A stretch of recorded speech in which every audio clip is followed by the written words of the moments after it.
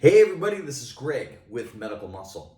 And if you're an IMG student like me, you probably didn't look fantastic on paper to different medical schools, US medical schools. That's why you had to go this route. But do not worry.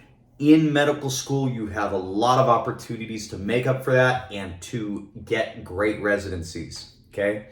So, what can you do to look great on paper for these residency programs?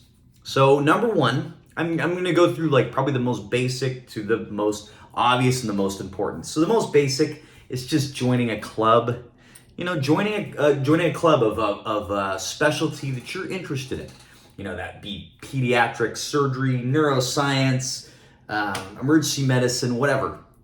If it's something that you're interested in, join the club of that. It's a nice way to meet other students and make connections. What's nice with joining a club is you can go out into the community and do clinics to kind of expose you to the specialty a little bit. Like just for example, with the emergency medicine club, they would do mock intubations and stuff like that. So that's a skill that you're learning in the first 2 years before your clinical years. So, it kind of exposes you a little bit. Is it like a really strong thing to have on your application? No. But it's something to put on there. And the nice thing about being part of a club is that the following year or the following term, you can run for office in that club. So you can say maybe the vice president or treasurer or president of that club. That might be a good thing to add on your application. Okay, so number two is doing peer learning groups. Okay, so being part of like a process that you're giving back, right? So you'll get a bunch of students, they'll have a topic that they want covered, and you're just gonna go over it. Nice thing is that it's a way for you to study some information that you might have forgotten from last term, so it kind of helps jog your memory. You're also giving back, which is pretty nice. It's work, you gotta come up with these lectures, you got to come up with slides or something like that. You got to figure out how you're going to present it. It takes some time, but it's another thing to put on your resume. Okay, now, being part of, I feel like these clubs are a little different. Being part of the Honor Society, okay, that's a two-parter. You have to have good grades to get into the Honor Society. And being a part of the Honor Society, you got to do things for them, right? So you got to do tutoring and you got to do, presentations and stuff like that. It's pretty simple. Go to meetings, pretty simple, and it's all very educational to you. But you have to have the grades to get in. You usually have to have over a 90% on the term one at SGU, but it's a great thing to have on your resume because then it shows you, hey, if for some reason residencies don't see your actual grade, if they see the Honor Society, they're going to know that you had good grades throughout your basic science career. Okay, so that's kind of cool. Now, let's get into the biggies here. These are kind of the big ones. Research, medical research, I feel like is one of the strongest things that you can have because it's a huge time commitment. It shows that you're interested in science, right? You're interested in the publishing part, which a lot of hospitals want. They want to put their name out there and they need someone who knows how to do it. So research is a fantastic thing that you can do in medical school. In the first 2 years, writing review papers is a great way to get papers out and published. I would say it really helps to have an advisor to help you in the process, especially in the beginning.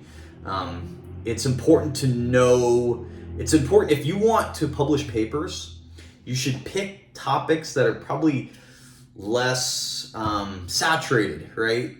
So you got to kind of find those weird topics that are not being published, that need to be published, right? They need to be talked about. So knowing which ones, it helps to have an advisor to kind of guide you. So far in my medical school career, I have had 5 publications since I've started medical school. That was every paper that I submitted. They all got published. And it was because of that reason. We picked topics that were interesting and not very common. All right, now let's talk about the biggest thing is really just doing well in school, okay? Especially in the first 2 years, your main goal is to get A's. Get A's on everything. Now, do your grades matter that much? I mean, yeah, it helps you get into these different clubs. It helps you get into research. There's a grade minimum to get into that.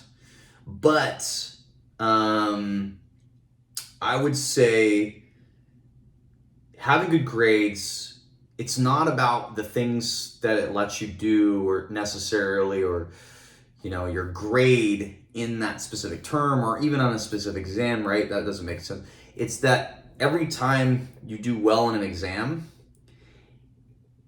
it's going to make it easier for you when you take these big exams like STEP or your boards or anything like that, okay? Because you're building on this knowledge. And those are the things that probably matter the most, okay? Your STEP scores. So right now, step 1 is pass fail. So you just have to pass that.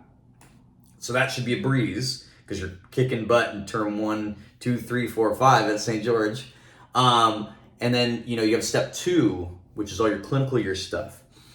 And I feel like the better you do in the first 2 years, you're building on that foundation to take step, right? That's pass fail. But all this is just foundation to kick butt on step 2, which is the most important factor in your application for being an IMG student. It doesn't matter if you were president of the surgery club. It doesn't matter if you've had multiple publications. If you have a crap step 2 score, okay, or you didn't pass step 1, passing step 1, but having a really crappy step 2 score, all that stuff doesn't matter. That's the most important one.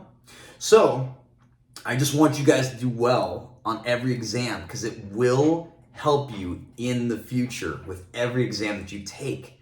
You're just building on that knowledge base, and it's going to help with your patience. Okay. Now, the last little thing I want to add is, yes, the first 2 years, there's a lot of things you can do. When you get into clinicals, where I'm at right now, probably one of the best things is to show interest in what you're doing to the residents and the attendings that you're working with, and get really good letters of recommendation. I feel like that's probably the most the most unfair advantage that you can get out of all these things, right? Because studying for a test, you gotta study like crazy. During your rotations, you just have to show that you're interested in the topic, you're willing to go and talk with patients, you're staying educated on this material, but getting a letter of rec from someone seeing you maybe 2 days out of that whole rotation can give a huge advantage to your application, okay? So those are some things you can do. I hope that helped, and I hope you guys kick butt in all your exams because you're gonna need to.